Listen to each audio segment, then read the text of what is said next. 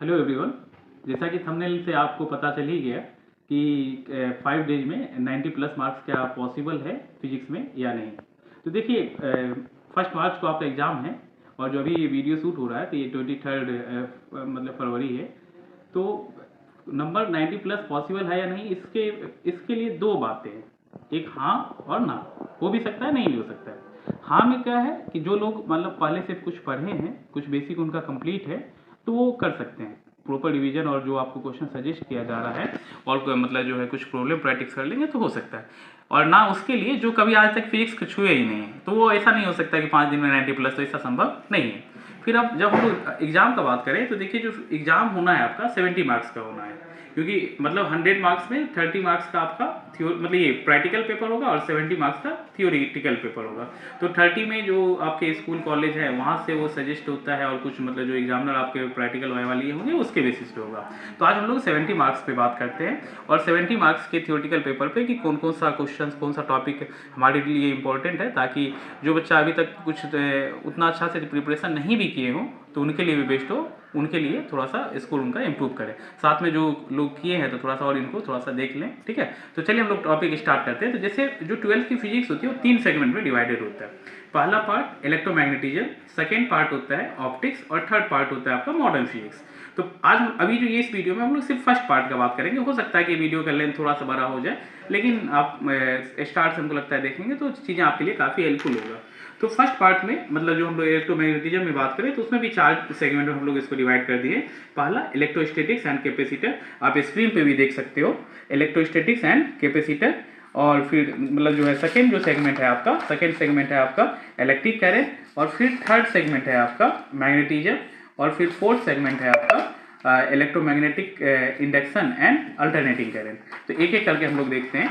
तो जो पहला सेगमेंट है इलेक्ट्रोस्टैटिक्स एंड कैपेसिटर, तो इलेक्ट्रोस्टैटिक्स एंड कैपेसिटर में जो सबसे पहला मतलब जो लॉ है कूलम्ब्स लॉ, काफ़ी इंपॉर्टेंट है, तो इसको आप कंप्लीट कर लीजिएगा। और इस पर कुछ न्यूमेरिकल है, जैसे दो चार्ज पार्टिकल के बीच में फोर्स कितना होगा, या दो चार्ज पार्टिकल के बीच में एक तीसरा चार्ज पार्टिकल मतलब कहाँ प्लेस करेंगे कि वो इक्विलिब्रियम में होगा, नेट फोर्स 0 होगी, इस तरह का क्वेश्चन है। तो इसको आप देख लीजिएगा। ये जो भी क्वेश्चन सजेस्टेड है ये अभी तक जो यूपी बोर्ड का पेपर हुआ है उसमें कई बार रिपीटेड है, तो चांसेस है इसमें से काफ़ी क्वेश्चंस आने का। तो आप इसको थोड़ा सा फर्स्ट प्रायोरिटी में रख के इसको देख लीजिएगा।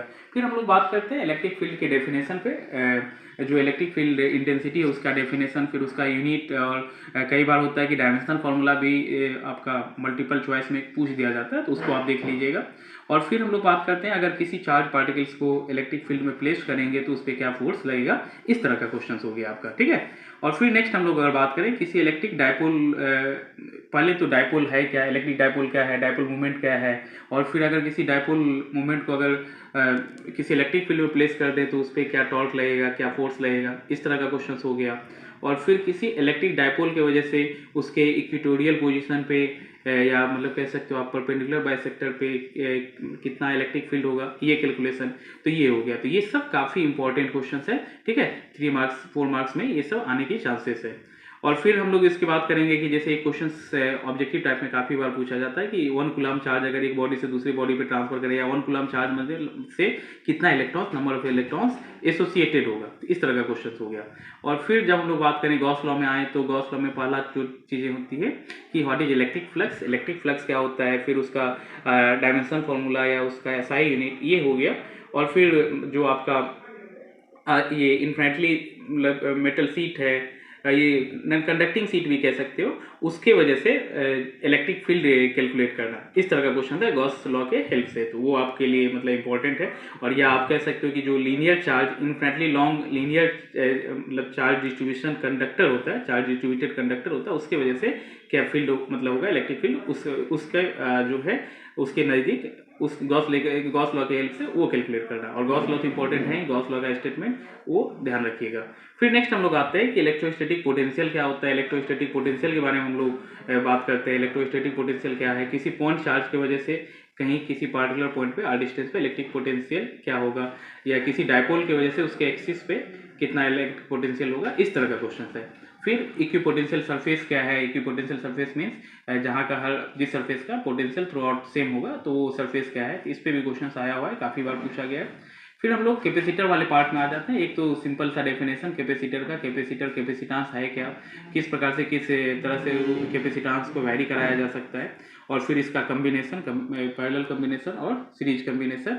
और फिर हम लोग बात करते हैं आपका अगर कोई पैरेलल कम्बिनेशन, कोई कैपेसिटर उसमें अगर डायलेक्ट्रिक फिल करते हैं पार्शियली या कम्प्लीटली, तो किस प्रकार से उसका कैपेसिटेंस चेंज होगा। और फिर लास्ट है इसमें एनर्जी डेंसिटी का। तो ये सब क्वेश्चन है जो इंपॉर्टेंट है इलेक्ट्रोस्टैटिक्स और कैपेसिटर वाले सेगमेंट से, ठीक है।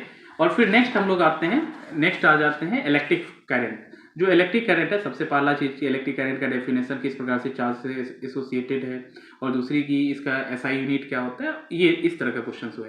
फिर जो इसमें सबसे जो इंपॉर्टेंट है, ये क्वेश्चन काफी इंपॉर्टेंट है, आप ध्यान रखिएगा। What do mean by drift velocity, drift velocity का क्या मतलब है, और drive the expression of drift velocity in terms of current, ये क्वेश्चन है, काफी इंपॉर्टेंट है। ड्रिफ्ट वेलोसिटी करंट में रिलेशन और ड्रिफ्ट वेलोसिटी से ओम्स लॉ को ड्राइव करना, तो काफी इंपॉर्टेंट क्वेश्चन है, इसको आप ध्यान रखिएगा। और फिर हम लोग बात करते हैं एक्सप्लेन मोबिलिटी। मोबिलिटी क्या होता है, ये एक्सप्लेन मतलब आपको मतलब करना है कि क्या मोबिलिटी क्या होता है, इस तरह का क्वेश्चन है। और फिर हम लोग बात करते हैं बैलेंस विथ स्टोन ब्रिज की, condition of balance with stone bridge, या पहले विथ स्टोन ब्रिज क्या है, और इससे रिलेटेड जो न्यूमेरिकल है एक ना एक आने का चांसेस रहता है, तो उसको थोड़ा सा देख लीजिएगा। और फिर हम लोग बात करते हैं किरचॉफ्स लॉ का। तो किरचॉफ्स लॉ क्या है, उसका स्टेटमेंट क्या है, Kirchhoff's first law, Kirchhoff's second law. और किरचॉफ्स लॉ तो इंपॉर्टेंट है ही, साथ में इसका यूज करके हम लोग सर्किट एनालिसिस में काफ़ी मतलब क्वेश्चन सॉल्व करते हैं। और मान के चलिए कि एक ना एक क्वेश्चन आता ही है, या तो किरचॉफ्स लॉ का स्टेटमेंट आएगा, या किसी सर्किट एनालिसिस में आपको किरचॉफ्स लॉ के हेल्प से करंट कैलकुलेट करने के लिए या पावर कैलकुलेट करने के लिए आएगा। फिर हम लोग बात करते हैं इलेक्ट्रिकल इंस्ट्रूमेंट का, जैसे मीटर ब्रिज हो गया। उसके बाद पहले हम लोग बात करते हैं गैल्वेनोमीटर, ए मीटर और वोल्ट मीटर, फिर पोटेंशियोमीटर, और फिर मीटर ब्रिज। तो वो सब तो इंपॉर्टेंट है ही, उसका मतलब एक थोड़ा सा देख लीजिएगा, 1 नंबर 2 नंबर में आता है ए मीटर, पोटेंशियोमीटर, सॉरी ए मीटर, वोल्ट मीटर और गैल्वेनोमीटर से। लेकिन जो पोटेंशियोमीटर और मीटर ब्रिज है, इसका जब आप देखेंगे तो ये तो 3 या 5 नंबर में क्वेश्चन ये आया हुआ है, इसका कंस्ट्रक्शन, प्रिंसिपल, यूजेज। तो आप इसको थोड़ा अच्छे से देखिएगा, इसको एक बार प्रैक्टिस कर लीजिएगा, पोटेंशियोमीटर और मीटर ब्रिज, इसका एक्सप्लेनेशन और इसका न्यूमेरिकल, इस पर न्यूमेरिकल भी काफ़ी आया हुआ, तो प्रैक्टिस कर लीजिएगा। प्रीवियस ईयर बुक आपके पास होगा तो उसी में प्रैक्टिस कर लीजिएगा। फिर सर्किट एनालिसिस हो गया, कैलकुलेशन ऑफ इक्विवेलेंट रेसिस्टेंस हो गया, इस तरह का जो सेगमेंट है उससे भी क्वेश्चंस आया हुआ है। और फिर कैलकुलेशन ऑफ रेसिस्टेंस, जैसे एल लेंथ का कोई कंडक्टर है और क्रॉस सेक्शन एरिया ए है, तो उसका मतलब रेसिस्टेंस क्या होगा, किस प्रकार से लेंथ पे एरिया पे डिपेंड करता है, R equal to rho L by A. और उसी में क्वेश्चन ये भी होता है कि अगर लेंथ को 50% से इंक्रीज कर दिया जाए तो रेसिस्टेंस पे क्या फर्क पड़ेगा, ये हो गया। और फिर इसी में थर्ड जो सेगमेंट है हम लोगों का, वो है मैग्नेटिज्म। मैग्नेटिज्म से भी कुछ सेलेक्टेड क्वेश्चन है, कुछ टॉपिक्स है, जैसे मैग्नेटिक फील्ड क्या है, इसका डेफिनेशन, इसका एसआई यूनिट। और फिर मैग्नेटिक फोर्स, अगर किसी चार्ज पार्टिकल्स को, मूविंग चार्ज पार्टिकल्स को अगर मैग्नेटिक फील्ड में मूव कराया जाए, जैसे अगर मैग्नेटिक फील्ड परपेंडिकुलर हो वेलोसिटी के, तो जो पाथ होता था सर्कुलर पाथ होता था, थोड़ा बहुत आइडिया भी होगा, तो उस पर क्या फोर्स लगेगा, पाथ क्या होगा, इस तरह का क्वेश्चन। या फिर किसी करंट कैरिंग कंडक्टर को मैग्नेटिक फील्ड में प्लेस किया जाए तो उस पर क्या फोर्स लगेगा, इस तरह का क्वेश्चन हो गया। या किसी इलेक्ट्रॉन को किसी मैग्नेटिक फील्ड में प्लेस किया जाए तो क्या फोर्स लगेगा, इस तरह का क्वेश्चन हो गया। तो ये काफ़ी इंपॉर्टेंट है। और जो मैं जिसको काफ़ी ज़्यादा वेटेज दे रहा हूँ इस चैप्टर में, वो है आपका एम्पियर सर्किटल लॉ और बायोट-सेवर्ट्स लॉ। आप देख सकते हो कि एम्पियर सर्किटल लॉ और बायोट-सेवर्ट्स लॉ काफ़ी इंपॉर्टेंट है। इससे या तो लॉ ये पूछा गया है, या कई क्वेश्चंस इस पे कई बार पूछा गया है, तो आप इसको फर्स्ट प्रायोरिटी में रख के इस चैप्टर में आप इसको अच्छे से कंप्लीट करना है। फिर मतलब बायोट-सेवर्ट्स लॉ से, जैसे जो किसी कोई मान लीजिए ये सर्कुलर करंट कैरिंग कंडक्टर है, तो इसके एक्सियल पॉइंट पे मैग्नेटिक फील्ड क्या होगा, या इसके सेंटर पे मैग्नेटिक फील्ड क्या होगा, इस तरह का भी क्वेश्चंस आया हुआ है, तो उसको आप ध्यान रखिएगा। फिर आइडियल सोलेनॉइड के अंदर मतलब जो है आप कह सकते हो कि magnetic field calculation with the help of Ampere's law किस प्रकार से होता है, उसको आप ध्यान रखिएगा। फिर साइक्लोट्रॉन, इसका प्रिंसिपल और कंस्ट्रक्शन काफ़ी इंपॉर्टेंट है।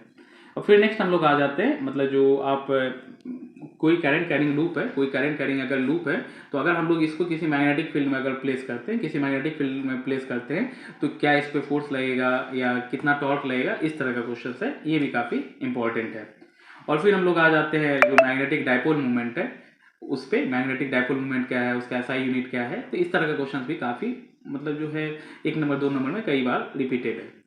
और फिर लास्ट में आ जाते हैं हम लोग अर्थ मैग्नेटिज्म से। तो पहली चीज़ है कि magnetic elements of earth magnetism, जो अर्थ मैग्नेटिज्म को डिफाइन करने के लिए आप कह सकते हो, उसको स्टडी करने के लिए जो कुछ मैग्नेटिक एलिमेंट होता है जैसे डिक्लाइनेशन, मतलब आप कह सकते हो कि एंगल ऑफ डिप, ये सब चीज़ें, तो उसको मतलब जो है आप अच्छे से proper with the suitable diagram, मतलब क्वेश्चंस आया हुआ है तो उसको देख लीजिएगा। और जो इस इलेक्ट्रोमैग्नेटिज्म में जो लास्ट सेगमेंट है, इलेक्ट्रोमैग्नेटिक इंडक्शन, अल्टरनेटिंग करंट और इलेक्ट्रोमैग्नेटिक वेव, उसमें जो सबसे फर्स्ट प्रियोरिटी पे हमने रखा है उसको रखा है फ्राडे लॉ और लेंज लॉ। फ्राडे लॉ और लेंज लॉ काफ़ी इंपॉर्टेंट है इस चैप्टर का, और कई क्वेश्चन इससे रिपीटेड है। फ्राडे लॉ या तो मतलब जो आपका स्टेटमेंट है जाई equal to minus D phi by D T, अगर ये मतलब कह सकते हो कि फाई टाइम से इंडिपेंडेंट हो, मतलब टाइम से इंडिपेंडेंट नहीं कह सकते हैं कि ये यूनिफॉर्मली चेंज करे, तब इस समय हम लोग लिखते हैं, नहीं तो इंस्टेंटेनियस EMF लिखते थे minus D phi by D T. तो ये काफ़ी इंपॉर्टेंट है, इससे कई क्वेश्चन न्यूमेरिकल पूछा गया है, या ये लॉ भी कई बार पूछा गया, फ्राडे लॉ और लेंज लॉ। तो इसको आप ध्यान रखिएगा, इस पर न्यूमेरिकल भी कई है तो उसको प्रैक्टिस कर लीजिएगा। फिर नेक्स्ट हम लोग बात करते हैं मैग्नेटिक फ्लक्स। मैग्नेटिक फ्लक्स काफ़ी इंपॉर्टेंट है और उसका SI यूनिट। और फिर बात करते हैं सेल्फ इंडक्शन कोफिशिएंट और म्यूचुअल इंडक्शन कोफिशिएंट। तो जैसे इससे कई क्वेश्चन आया है, एक क्वेश्चन तो सब पहले सेल्फ इंडक्शन कोफिशिएंट को डिफाइन करने के लिए, फिर म्यूचुअल ये इंडक्शन कोफिशिएंट को डिफाइन करने के लिए, और साथ में ये भी क्वेश्चन है कि अगर दो कॉइल को एक साथ प्लेस करते हैं तो उसकी वजह से जो कोफिशिएंट ऑफ म्यूचुअल इंडक्शन होगा वो क्या होगा, और आइडियल सोलेनॉइड के लिए coefficient of self inductance coefficient जो होगा वो क्या होगा, और सेल्फ इंडक्टेंस कोफिशिएंट या म्यूचुअल इंडक्टेंस कोफिशिएंट का यूनिट, इस पर भी क्वेश्चन पूछा गया, कई बार डायमेंशनल फॉर्मूला भी ऑब्जेक्टिव टाइप में पूछा है, तो उसको थोड़ा सा देख लीजिएगा। और फिर नेक्स्ट हम लोग बात करते हैं, इसमें आ जाते हैं अल्टरनेटिंग करंट में। तो सबसे पहला उसमें है अल्टरनेटिंग करंट का डेफिनेशन, और फिर किस प्रकार से जो करंट पीक करंट और RMS करंट में रिलेशन होता है, इसका डेरिवेशन, साथ में इसका रिलेशन पे भी क्वेश्चंस आया हुआ है, तो इसको आप अच्छे से एक बार देख लीजिएगा। फिर नेक्स्ट हम लोग आते हैं इम्पीडेंस के बारे में। इम्पीडेंस क्या है, और मतलब इम्पीडेंस का डेफिनेशन, इम्पीडेंस का SI यूनिट, और फिर LCR सर्किट के लिए इम्पीडेंस कैसे कैलकुलेट करते हैं, LR के लिए कैसे करते हैं, LC के लिए कैसे करते हैं, या इम्पीडेंस की वैल्यू क्या होती है LCR सर्किट में, उसका मतलब उस तरह का क्वेश्चन काफ़ी आया हुआ है। और फिर हम लोग बात करते हैं रेजोनेंस और रेजोनेटिंग सर्किट का। रेजोनेंस और रेजोनेटिंग सर्किट, जिसमें क्वालिटी फैक्टर, बैंडविड्थ, इस तरह के क्वेश्चन है, काफ़ी इंपॉर्टेंट है, उसको आप फर्स्ट मतलब प्रियोरिटी में रखिएगा। और फिर बात करते हैं वर्किंग और मतलब प्रिंसिपल जो AC जनरेटर का होता है उसके बारे में, क्या वर्किंग है, क्या प्रिंसिपल है AC जनरेटर का, उस पर भी हम लोग बात करते हैं। और एक क्वेश्चन हमने लिया है इलेक्ट्रोमैग्नेटिक वेव से, कि what are electromagnetic wave and mention the characteristics of electromagnetic wave. तो क्या क्या कैरेक्टरिस्टिक्स है इलेक्ट्रोमैग्नेटिक वेव का, उसको मेंशन मतलब करना ये है, और साथ में जो इक्वेशन होता है वो सब चीज़ें, और उससे कैसे हम लोग स्पीड या चीज़ों को रिलेट करते हैं ये। तो ये इलेक्ट्रोमैग्नेटिज्म वाले पार्ट से पूरा हर सेगमेंट से आपने देखा कि कुछ सजेस्टेड टॉपिक है, और जो क्वेश्चंस है किस प्रकार से ये है, काफ़ी इंपॉर्टेंट है। और इसका मैं ये चीज़ आपको मतलब स्क्रीन पे सब कुछ दिख ही रहा है, इसका स्क्रीनशॉट ले लीजिएगा और इसके बाद आप देख लीजिएगा। उसके साथ मैं आपको एक बात और कहना चाहूँगा कि कई बार ऐसी होती है कि हम लोग इस तरह के अफवाहों पे जाते हैं कि नहीं, क्या 4 दिन में 90% नंबर ला सकता है। देखिए 4 दिन का ये मेहनत नहीं है, आपने ऑलरेडी ये चीज़ देखा होगा कि कई चीज़ें हैं जो ऑलरेडी आप पढ़े हैं। ये सब फर्स्ट प्रियोरिटी में इसको रख के, अगर फर्स्ट प्रियोरिटी में इसको रख के हम लोग अगर मेहनत करें तो शायद हो सकता है कि आपका स्कोर अगर थियोरेटिकल पेपर 70 में अगर 60 प्लस आपका आ जाए तो बेसी बात है कि 90 प्लस आपका स्कोर श्योर होगा। लेकिन जो लोग बिल्कुल भी कुछ नहीं, जिसका प्रिपरेशन है, वो इस टॉपिक को फर्स्ट प्रियोरिटी में रख के करें, तो आपका भी जो नंबर होगा, आपका जिस हिसाब से आप इसको कर पाओगे उस हिसाब से आपका नंबर अच्छा आएगा। बाकी तो आप फर्स्ट मार्च को आपका एग्जाम आप खुद ही देख लीजिएगा कि कितना क्वेश्चन इससे मैच कर रहा है। दूसरी बात ये कि जो नेक्स्ट मतलब ऑप्टिक्स और मॉडर्न फिजिक्स का है, वो नेक्स्ट वीडियो में वो भी कोशिश करूंगा कि थोड़ा मतलब कुछ देर में आपको मिल जाए। धन्यवाद।